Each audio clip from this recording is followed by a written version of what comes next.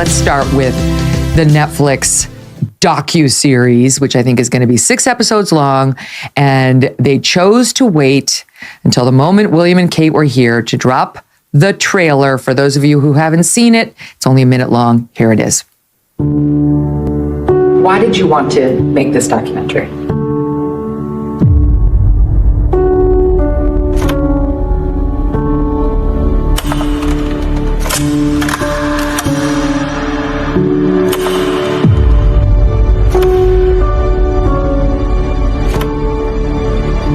No one sees what's happening behind closed doors. I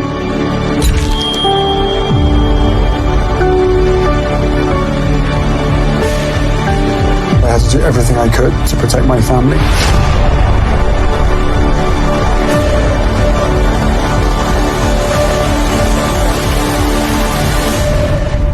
When the stakes are this high, doesn't it make more sense to hear our story from us? Oh, my Lord. And then it ends with just Harry and Meghan and another beauty shot of them. The whole thing is just pictures of them. They clearly have had a photographer following them around from the beginning of their relationship. It's absurd. It's absurd, the pictures of them, their most intimate moments. Don't you do that, Dan? Don't you just have a third party there to photograph all your most intimate, loving, sad, happy moments in the privacy of your own kitchen? What do you make of this move to drop it now and the messages that we are to glean from it? The timing of a trailer release often becomes part of the story itself. In modern media, major announcements are rarely scheduled by accident. Whether intentional or coincidental, releasing a high-profile promotional clip during another major royal event almost guarantees that attention will be divided. That's why media analysts often say the battle isn't just over the message, it's over who controls the news cycle. In today's digital world, visibility is power, and even a 1-minute trailer can dominate headlines if it's released at the right moment. My goodness, Meghan, I actually don't know where to start. I have so much to say. I think the first thing is, let's respond directly to Meghan. She says, when the stakes are this high, wouldn't it be better to hear the story from us? Actually, no. And I'll explain why. You have been proven to bring out a tissue of lies anytime it suits you about the royal family. There were over 20 in the Oprah Winfrey interview alone. There were more in the court case. There were more in the book by your odd little cheerleader bloke, Omid Scobie. You are a proven liar. So no, I don't want to hear a story where the stakes are so high from you. And I know exactly what you mean by that, Meghan. What you mean is that the stakes are so high because you want to bring down the royal family. You want to destroy the British monarchy, an institution which, look, Meghan, I hold my hands up. It has its faults. Of course it does. But it is a very popular system here in the UK. It is overwhelmingly supported by the citizens of Britain. And we want to give the new king, who is still grieving, his mother, Queen Elizabeth the Great, as I refer to her, we want to give him a chance. So we don't want this pathetic little Netflix series full of your lies, which is clearly going to claim that Britain is some sort of racist hellhole, which it's provably not, which is clearly going to claim that the royal family is structurally and institutionally racist, which again, I believe it is not, to try and damage your own flesh and blood. Well, shame on you. So actually, no, I don't want to hear the story from you. I would actually love to hear the story, Meghan, from the King, from Queen Camilla, and from William and Kate. But guess what? They can't speak out. And they can't speak out because of the constitutional monarchy system, which makes it incredibly difficult for them to engage in this sort of tat for tat. So the worst thing is that Harry and Meghan know they basically have a free ride to say what the hell they want against 4 individuals who do not have the same freedom of speech as they do. One of the biggest challenges in stories like this is that the public usually hears only one side at a time. Members of the royal family traditionally follow a policy of avoiding public rebuttals to personal disputes, while former working royals are generally free to give interviews or publish memoirs. That creates an unusual media dynamic. One side can speak extensively, while the other often remains publicly silent. Whether viewers see that silence as restraint or missed opportunity depends largely on their own perspective. That's exactly right. They know that their hands are tied, and these two sitting out in Montecito can sling whatever mud they decide to invent, and they're just required to take it over there on the other side of the pond.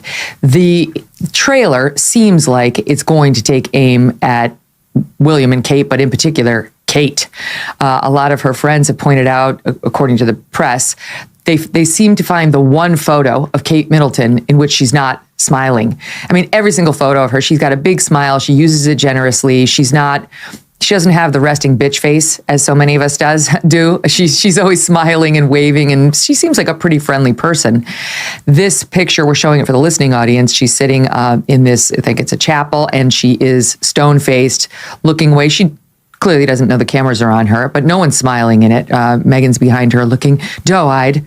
And they chose to put this in the trailer for what purpose, in your view? Because they intend to try and portray William and Kate as the bad guys. I mean, there's a macro level to this, Meghan. It's like, British royal family, old, colonial, racist, bad. The Sussexes in their Montecito mansion, woke, very rich and good. That's going to be the macro side of this Netflix reality series. But you've got to think back to why Meghan has such a problem with the new Princess of Wales, Kate Middleton. And I'll tell you why. Because Meghan didn't like the fact that Kate was popular behind the scenes in the royal family. She was popular with the staff, Meghan. She was popular with the courtiers. And do you know why it was? Because she treated them with respect. She believes that folk, even if they're down the ladder from you, should be treated appropriately and kindly and with dignity. That's how Kate operates. Now, very quickly, Kate realized, and I was reporting on this, I've been reporting on this for years and years and years. So I was reporting on it when Meghan was in the royal family, and when actually the facade was still there. Outwardly, they were all mates. They were the Fab Four.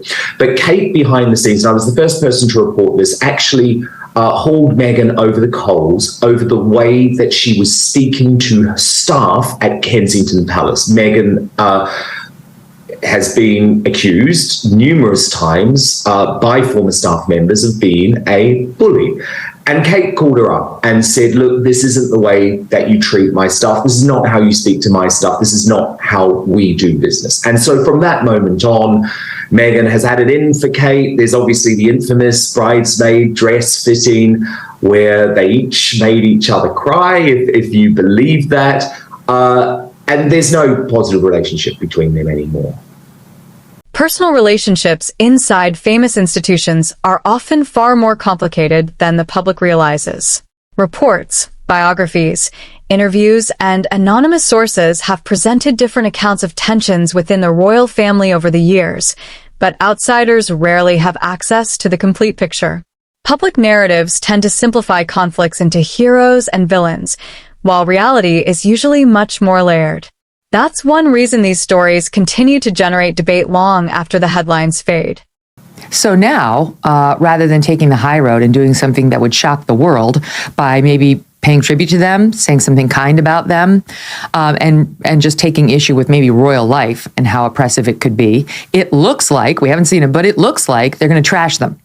And there are other indicators that they're going to trash them, including the timing of this release. The Netflix series at all. Within moments, it feels like, after Queen Elizabeth's death, as King Charles is still getting his footing as the new monarch. And on top of that, just as Will and Kate come to America, and Meghan's stenographer, he likes to call himself a journalist, Omid Scobie, he decides to actually give it up and sort of say why they did this trailer when they did. He tweets out, if tomorrow is Prince William's Super Bowl, here's your halftime show, and releases, includes a link to the Netflix series, to the trailer. So they're not even trying to hide that they're trying to poke William and Kate.